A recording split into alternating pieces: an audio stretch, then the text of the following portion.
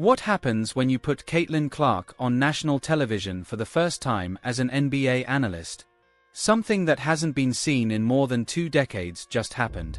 But what makes this even more incredible is that while Clark is shattering expectations and receiving huge praise from NBC sports executives, the WNBA Players Association is actually damaging their own league through poor and incompetent negotiations.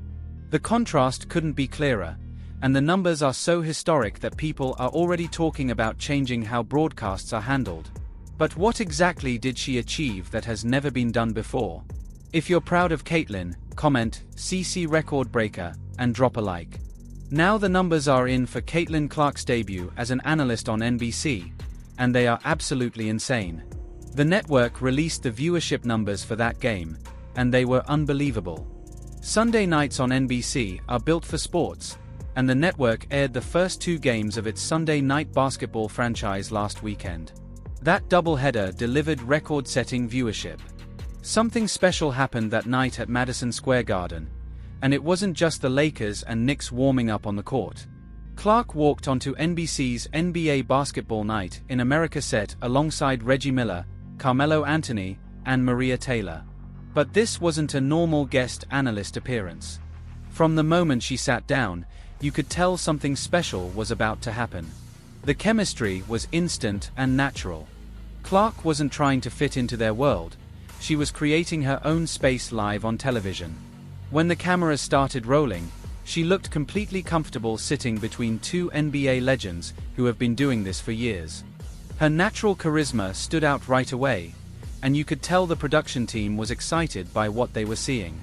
The energy was different, and the buzz was real. She said, "Obviously, when LeBron comes to town, the energy is always different, but Knicks fans are crazy, and I love it. I love people who are passionate about basketball. It's incredible." Then Reggie joked, "You kind of know them inside and out.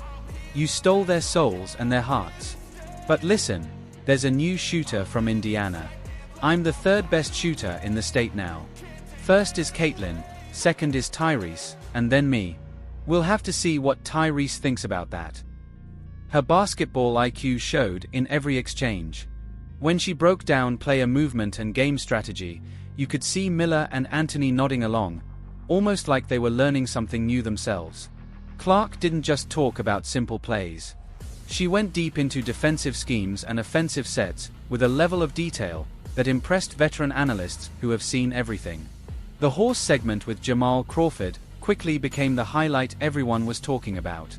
Clark won 2 out of 3 rounds, knocking down shots while dressed in what looked like business attire, as Crawford struggled to keep up. She was draining threes from all over the floor with the same smooth, confident stroke that made her famous. Every time she hit a shot, the crowd in the background went wild.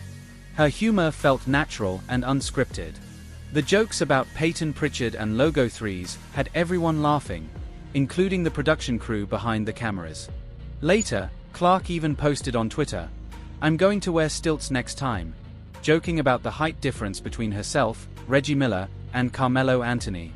That kind of self-deprecating humor showed she wasn't trying too hard to impress anyone.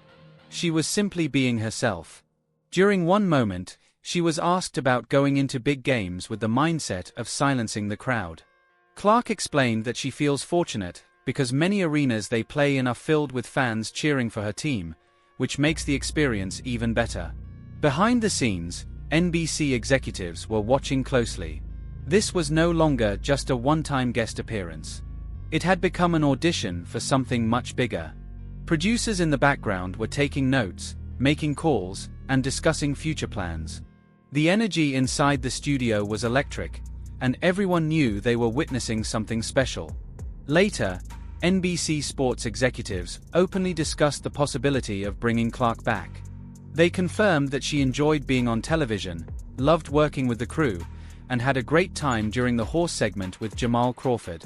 They also made it clear they hoped to do it again very soon. Clark's poise under pressure impressed everyone in the studio. She handled live television like a seasoned professional, not someone making her broadcast debut. She never stumbled over her words or looked nervous. Even when technical issues popped up or segments ran long, she adjusted effortlessly. NBC Sports president Rick Cordella later said Clark checked every box they hoped for, and soon, more appearances were being discussed behind closed doors. Network executives already knew they had found something special that could reshape how they approached basketball coverage. But the real shock came the next morning when the viewership numbers were released. Cordella praised Clark's performance, highlighting her deep understanding of the game and her ability to communicate clearly, two skills that translated perfectly from the court to the broadcast booth. He also emphasized how well-prepared and comfortable she looked, especially considering the massive audience watching. Then the numbers dropped, and they shattered history. A massive 4.5 million viewers tuned in across NBC and Telemundo for the Lakers vs Knicks doubleheader, making it the most-watched Sunday regular season NBA broadcast since 2002. That's more than 2 decades of NBA television history, surpassed in a single night. But here's the part that stunned everyone inside NBC. For the first time ever, the pre-game show pulled higher ratings than the game itself. Executives were calling each other, double-checking the data, unable to believe what they were seeing. History had just been made. Pre-game coverage almost never outdraws the actual basketball game. That simply does not happen in sports television.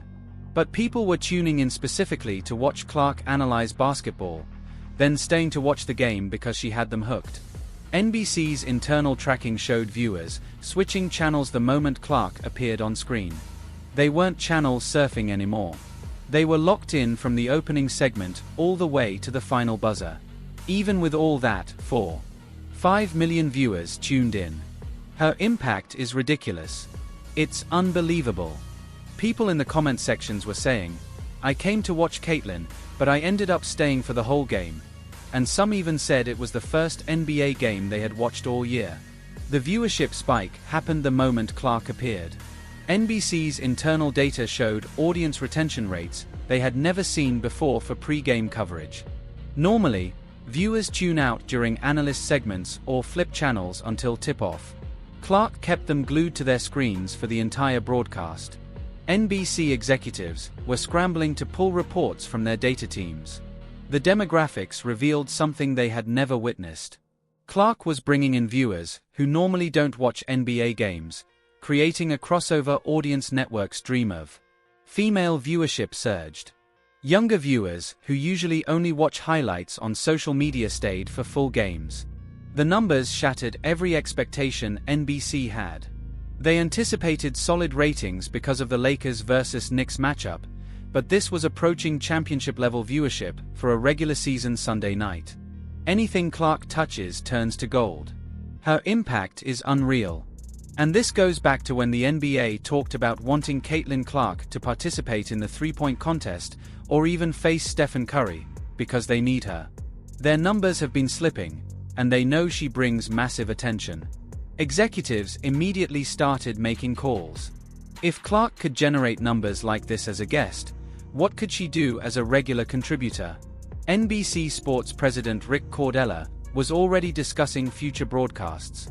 He said Clark checked every box, and that the network hopes to feature her again soon.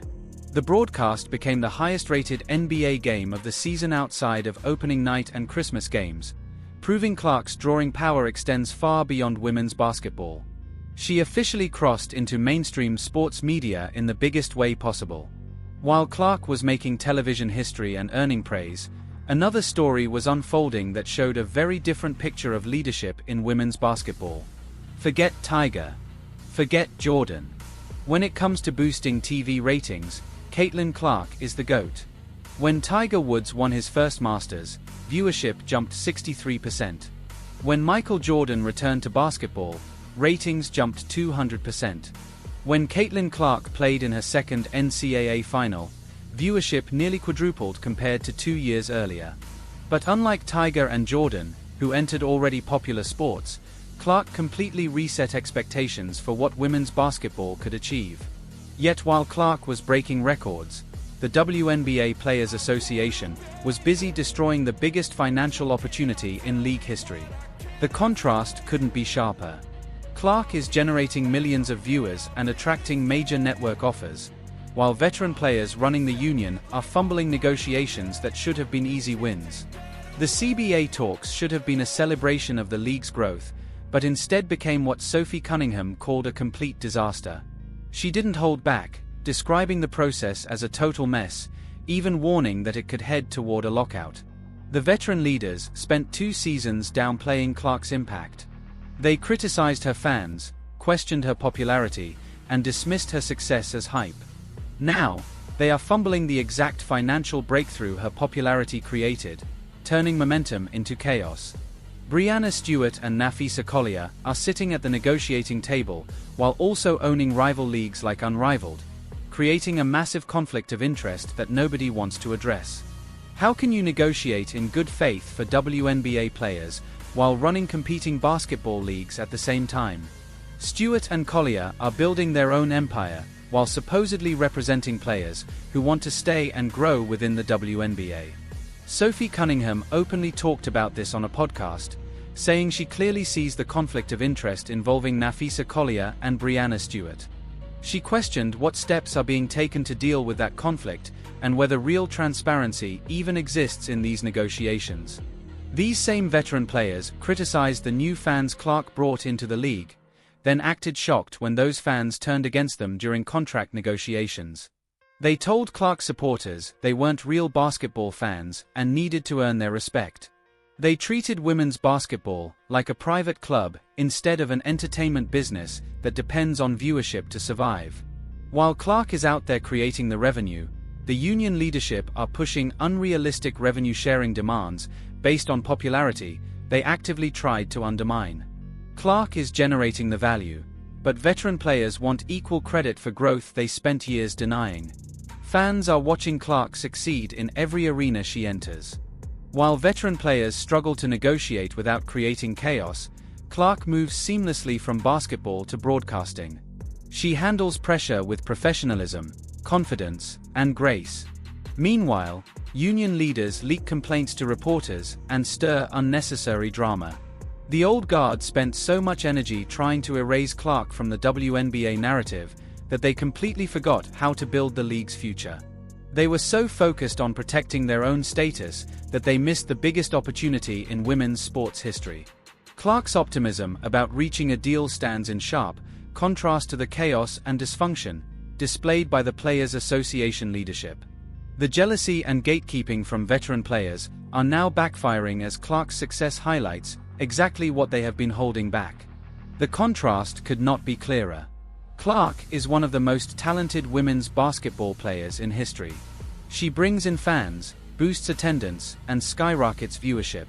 Meanwhile, she gets constantly targeted on the court with little protection. Yet despite that, she continues to perform at an elite level. While Clark is hitting logo threes on national television and receiving offers from major networks, the old guard is busy sabotaging the league's future. Clark walks into NBC studios and shatters television records. Veteran players walk into CBA negotiations and destroy their own leverage. Clark's teammates, Lexi Hull, Aaliyah Boston, Sophie Cunningham, and Kelsey Mitchell, are watching her open doors for the entire league. Meanwhile, veteran leaders are slamming those same doors shut. These young Fever players see Clark succeeding everywhere she goes. They see her bringing millions of new fans into women's basketball. They watch networks fight to book her. At the same time, union leaders tell those same fans they aren't welcome. Fans are calling it exactly what it is: pure jealousy. Clark is feeding the entire league with exposure, money, and opportunity. Instead of appreciation, she gets resentment. Instead of gratitude, she gets hostility. People are saying it clearly: accept it, appreciate it, and benefit from it. Don't sabotage the blessing that's been given to you. Fan backlash against the Players Association leadership is growing daily. Social media is flooded with posts calling out veteran players for jealousy, incompetence, and selfishness. Clark brings success wherever she goes. The old guard brings drama, division, and dysfunction. Clark called the CBA negotiations one of the biggest moments in women's sports history, showing leadership and long-term vision that union leadership lacks. She understands what's at stake: the chance to turn women's basketball into a billion-dollar industry.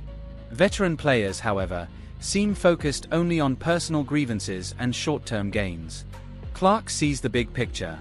She understands the league is expanding, that new teams are coming, that business is booming, and that this moment must be handled correctly. She believes a deal will get done and speaks with confidence, maturity, and leadership. Meanwhile, NBC executives are already planning more appearances for Clark because she delivers results, not drama. They are discussing expanded roles and long-term opportunities. Veteran players, on the other hand, are making calls to complain about negotiations they are actively destroying. The truth is being exposed. The jealous veterans are becoming obstacles to growth, not leaders of change. Clark continues, proving she is the undisputed face of basketball's future.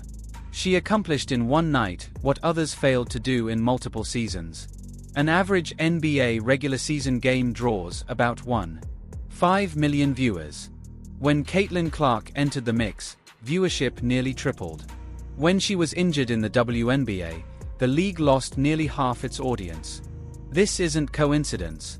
This is impact. And it's not about race. Plenty of great athletes never receive this level of attention. Clark gets it because she is different. She is special. She connects with fans, delivers elite performances, and brings energy wherever she goes. Clark's historic NBC debut proves she succeeds in every environment. While union leadership fumbles the massive opportunity she created, Clark keeps breaking records and raising the standard. They are destroying negotiations that should be building the future. The choice is clear. Support the new guard bringing millions of fans and dollars to women's basketball, or let the old guard destroy the league's best chance at a billion-dollar future. Clark generates growth. Veterans generate conflict. If you're proud of Caitlin, comment CC Record Breaker, like, subscribe, and turn on notifications so you never miss out.